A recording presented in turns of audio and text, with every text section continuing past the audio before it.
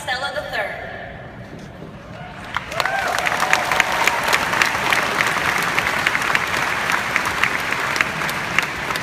John is the founder and president of the Ocean Lakes Philosophy Club, the Brickell Scholarship recipient, and an intern at NASA Langley. He will attend the University of Virginia next year, where he will major in physics and engineering.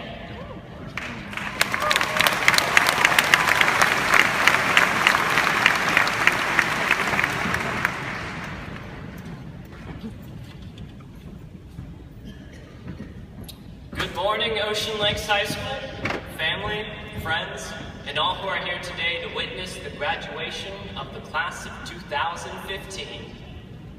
I would like to thank Dr. Askew and the Ocean Lakes faculty and staff for granting me the honor of speaking today.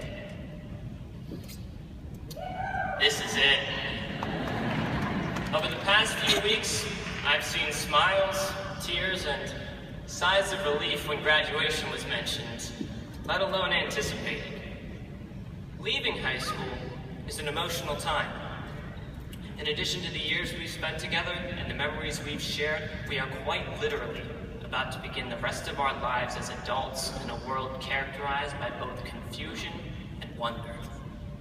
While it may be sad that we will soon be departing from our dolphin home to whatever lies before us, I believe that there's a certain beauty to any type of ending or conclusion.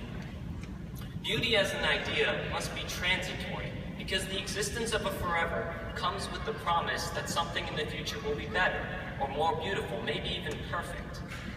But beauty is an appreciation that, despite imperfection, something has worth beyond material description.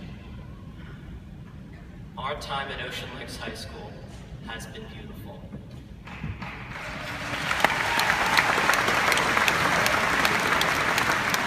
Although only lasting a few short years and being far from perfect, our years at Ocean Lakes have made us who we are today, and are now a part of our existence for the rest of our days.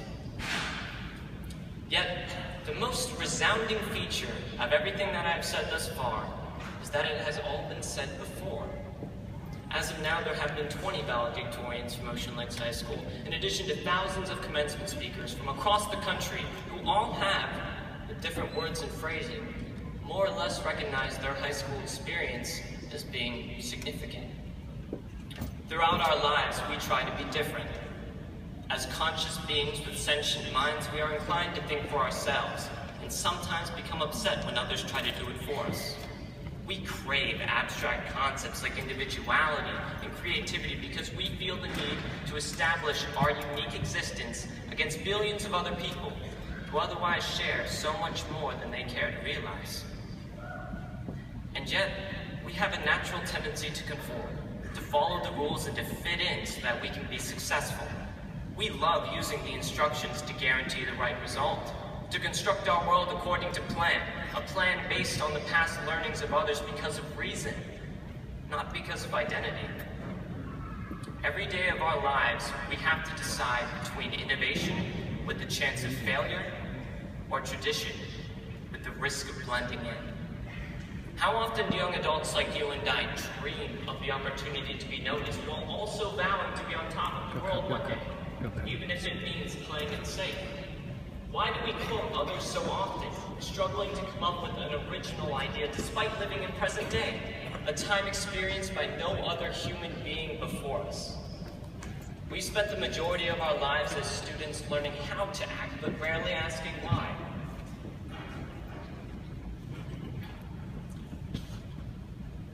We're constantly seeking some sort of inspiration or guidance when attempting to paint that blank canvas called destiny.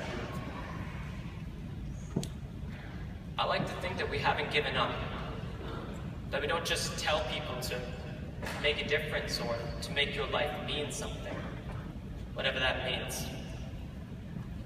I like to think that there's an answer to the question, who am I, in the back of the book, but it's just not an odd-numbered problem. I like to think that life is full of second chances, honest mistakes, good intentions, true love, fair play. But it's not what I think that will matter in the end. Our actions determine our future. It's what we do that will affect our lives, the lives of those around us, and the fate of humanity itself. Regardless of how you choose to mediate between innovation and tradition, you will always retain the freedom to choose. The culmination of all your choices makes you who you are. And remember, as you walk across this stage in a few moments, that you have already become somebody. Remind yourself that you can, if nothing else, change your actions. And that if at any time you find that you are not proud of who you have become, it is your responsibility to make that change.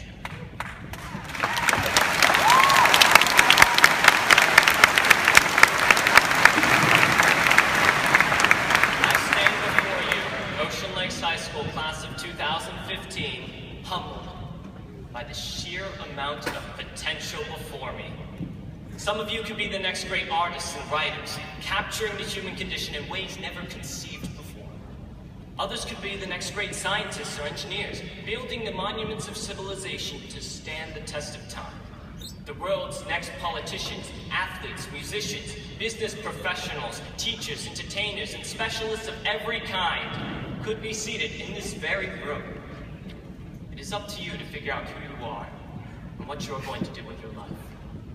Our future, while transitory and imperfect, can still be beautiful.